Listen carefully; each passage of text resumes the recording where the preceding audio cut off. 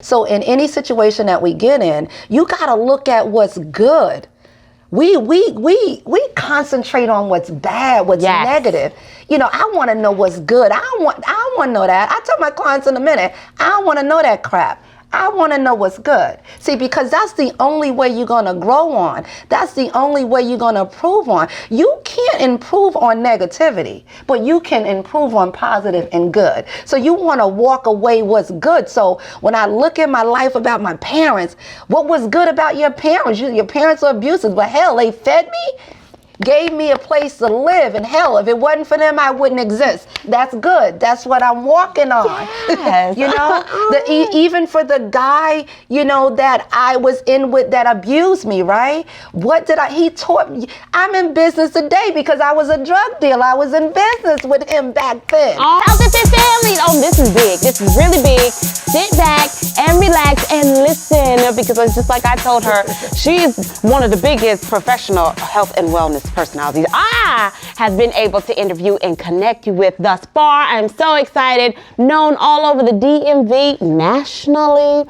When you walk in, I'm in the space. When I say it's all this wisdom of wellness, and she's going to tell you what this wellologist is, all about the company, and doing this for over 3 decades. She don't even look like it. I was telling her, ladies in my circle, we need to step our game up. Something is not right. Yes, but I'm so excited because I am here, and you already know her. She's got the Plank Nation, because I was told about her at a conference and I didn't know who she was. So I stepped my game up and find out. I'm really excited to introduce Miss Candace Camille, the Wellologist, to you. And her company, we can't even see the... Well, you know me, let me just sit back here so y'all can get this. But check out this 6-pack though, right? So... Get it together. It is Sexy Fit and Well, but actually the name of the company is Candice Camille Enterprises. So it's a whole enterprises. Sexy Fit and Well is basically one of the up underneath the umbrella of Candice Camille Enterprises, and my whole empire is about being sexy, fit, and well. That's why it's prevalent, and so I'm excited to be here. Thank you for just having me. I'm here to just share, because that's what it's all about. It's about just sharing and hoping that your story will help somebody else along the way. Oh, absolutely. And saying that, because you talked about the wellologist, but since you said your story, we want you to share some of your story. Tell us how you got here today, with your 3 decades of experience. One of the things I always say today, I'm CEO of Candice Camille Enterprises. I am the wellologist, right? Yes. I know you're trying to figure out what is that wellologist. It's something I made up because I think being well takes more than just working out and eating right? So there's this whole big pie that you have to add in to be well, to be whole. Yes. So there's so many. So am I a certified personal trainer? I am. Yes. Am I a certified emotional mastery coach? I am. What is that? Working in emotion. So you're talking about EQ. So you know how you say your intelligence, your IQ, but what really matters is your EQ, simply because we operate in emotion. So you're talking about emotional intelligence versus intelligence, because what guides us is how we feel. So my job is to teach you how to change how you feel. So if you get up in the morning and you feel like shit, excuse my French, but if you feel like shit, you really do have the power to change that. And so being that emotional mastery coach, I teach you how to get up and change your feeling. Like, you have the power in one word to change your life, your perception in the morning, where it all matters. Wow. Okay, because I hear a lot of people say health coach. Well, that's the first time I heard emotional mastery. Think about it. As women, but as women, what guides us? Yeah, we're very emotional We're creatures. very emotional. Yes. So how do you keep all those chicks on the inside of you under control? I told you I was connecting y'all. So it's a matter of controlling you. Because when we get emotional, we have totally lost control. Wow. So I didn't want to just be known as that person that works out or, that sort of thing, because you have to be able to dabble into all of that in order to be well, especially to be sexy, fit, and well. You have to fit it all in. And put it together and say that I need to operate in each and every one of those things. And it wasn't always like that. Like I said, today I'm CEO of Candice Camille, the Wellologist, creator of the Plank Talk Challenge, founder of Plank Talk Nation, founder of the Sexy Fit and Well brand. But it wasn't always like that. So, when I can tell you my story and where it comes from, when we think back, we have a whole bank of stories that we can tell.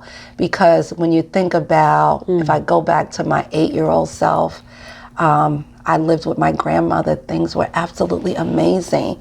But when my grandmother died, it went from sugar to shit. Because now I had to go back home to very abusive parents.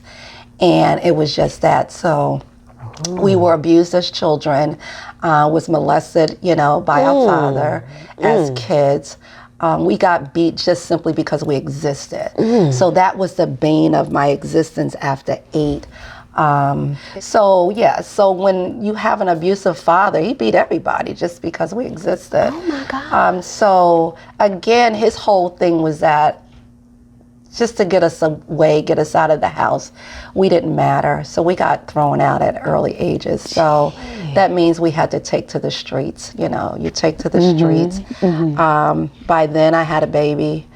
Because again, when you're abused and no one's loving you, you go looking for somebody to love you. And so you do some unmentionable things that you don't know that's unmentionable until you get out of it.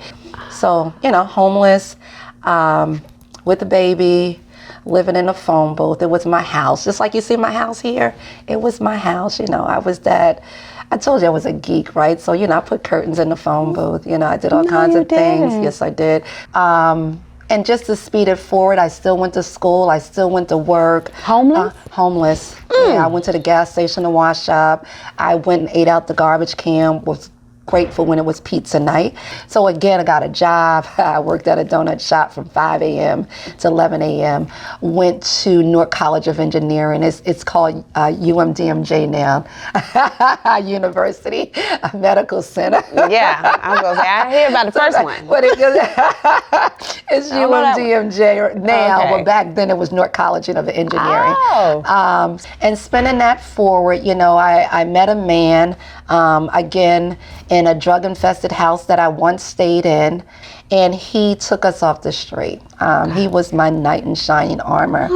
So I thought, but he beat the hell out of me for 4 years. So this is what I grew up with. So my mother get beat. I saw her get beat, and all of a sudden it was happy-go-lucky. So this is what it was supposed to be like, because this is what you were taught when you talk about that generational curse. So y'all are really going to have to get the book to hit the whole story, because we don't have enough time. But anyway, long story short, one day, when I finally succumbed to creating my plan to escape, because you got to have a plan. Created my plan to escape, I became him. I counted pills, I sold pills, I did all of that stuff. And why I'm doing it now, I got you to trust me. So now I can start hiding stuff. So I got his trust by becoming a part of him. But in the meantime, I had another kid. So it was us two. Even as I planned, my plan was to get out of there. I was planning to get out of there until one day the plan fell apart. And one of his friends, drug dealer friends, came over. Like I said, things were going good then. Telling you, I was back in school. I was a drug dealer on the side. And I was in school, Yes. And one of his friends came over to upset the whole course of the day, meaning that we need to go pick up these drugs and we need your vehicles to do it. So the hell with whatever you got planned, and let's go do it. So I says, listen, go do your thing. I'm gonna take the kids and we're gonna finish our day. Here's where it all went wrong. His friend said, you're gonna let that bitch talk to you like that. This is business. We got, stuff to do. Yeah. And one thing led to another. So they both beat me down. I mean, I was blacker than my jacket that I have on right now, from my head to my toe. So I went from the victor to the victim. So I became the abuser because I bit his friend's eye out. Oh, geez. His whole eye out. Got out of there, finally got out of the house, got in the car. My neighbor just covered me up with a jacket. And the guy then came downstairs to chase after me or whatever. He threw a cinder block brick through the window. My daughter's in the car, my son's in the car. And that's when I snapped. Because at this point it was like, I really got to kill you. And I tried to. So I ran him over. I tried to back up over him. And I ran home to my mother and go to the hospital because looking at me, you know. Yes. And when they realized what happened is they handcuffed me to the bed. I didn't really go to jail, but I was handcuffed to the bed in the hospital. And what they said, it was attempted murder because I hit him with my car. They set my teeth in my car because I bit his eye out and ran the other one over. So it was like leaving the scene of a crime and, you know, that sort of thing. So I was able to get out of that situation, but I had to run. I had to move to another state and get my children and all that kind of stuff. So that's what led to a good life when I did run and got things together. What? I got things together. Wow. Yeah. Gee. So that's the horrificness. So when you talk about, that's the total horrificness. I was totally unhealthy. I'm in the street. You don't know what's happening to you because a lot of times, and this is what happens from our past life, our past, that we don't realize, our past will catch us. It's going to catch you, you know, especially if you don't change. So all of the stressors that we go through in life will manifest at some point in your life. You know, so even all of that horrificness and going through it, see, we're just surviving. And that's why you'll never hear me say that I'm a cancer survivor. I'm a cancer conqueror. Because when you survive, you think about it. When you're in survival mode, you're not all the way clear. Gosh. Yeah. So, I mean, so that stress of a life, when I did get over here years later, about 5 years later, into a better life where I got married to a man that literally fell in love with my naked soul. Life was really good. And not only did he fall in love with my naked soul, he taught me how to. So this is the person that you see now that was refined, you know, by this man, you know, that taught me. He says to me, I love all of you. I'm in love with your naked soul. Why aren't you? Oh my God. So that's so he began to teach me how to have a love affair with myself. So that's what you see here. I am totally in love with me. I'm having a love affair with myself. I teach women how to have a love affair with themselves, because when you absolutely love yourself unconditionally, it's so easy to pass it on. When you look at our stories, and I'll get to where I get here, but you'll say, well, how did you get through all of that? Yes. The easiest answer I can give you is that I left all the shit back there and I took what was good out and I walked with it. I ran with it. So in any situation that we get in, you gotta look at what's good. We concentrate on what's bad, what's negative.